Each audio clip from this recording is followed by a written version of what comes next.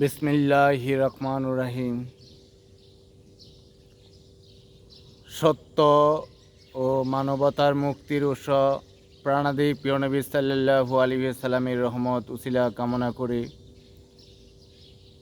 আমি কিছু কথা বলবো। দয়াময় আল্লাহ তাআলার দরবারে কোটি কোটি গুণ শুকরিয়া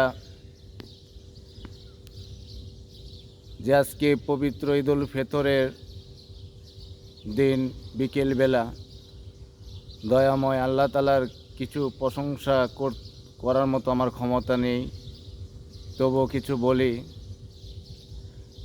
আল্লাহ পাক আমাদের যে কি সুন্দর নিয়ামত সৃষ্টি করে দিয়েছেন, তা পৃথিবী কারও ক্ষমতা নেই যা তার প্রশংসা করে শেষ করবে। আল্লাহ পাকের দরবারে শুকরিয়া জানাই।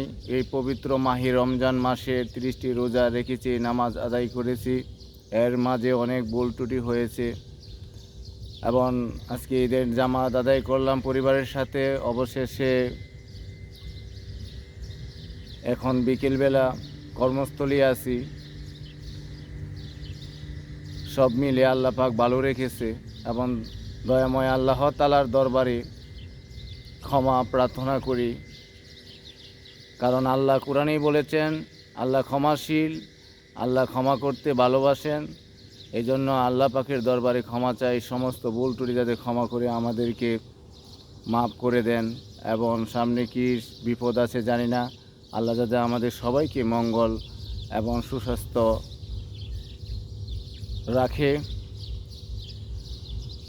আল্লাহ তাআলা এমনই দয়ালু, বান্দা যখন আল্লাহ পাকের দরবারে ফরিয়াদ করে ভিক্ষা চায়, হাত তুলে আল্লাহ কখনো খালি হাতে ফেরত দেন নাই। আজকে এই পবিত্র ঈদে বিকালবেলা হয়ে গেছে, অনেক অনেক খুবই মন থেকে আল্লাহ পাকের যে নিয়ামত দেখে নিজের কাছে আনন্দিত আর শুকরিয়া জানায় আল্লাহ পাকের দরবারে।